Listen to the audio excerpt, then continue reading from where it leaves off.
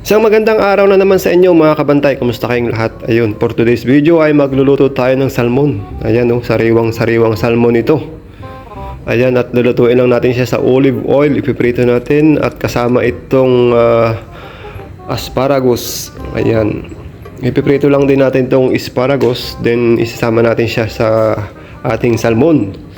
Ayan, ang gagawin lang natin siyempre, piprito lang natin itong salmon. Ayan, magpiprito lang muna tayo ng 4 na piraso. Baon natin sa ating magbabantay na naman at sa ating trabahong gagawin sa kinabukasan. Ayan.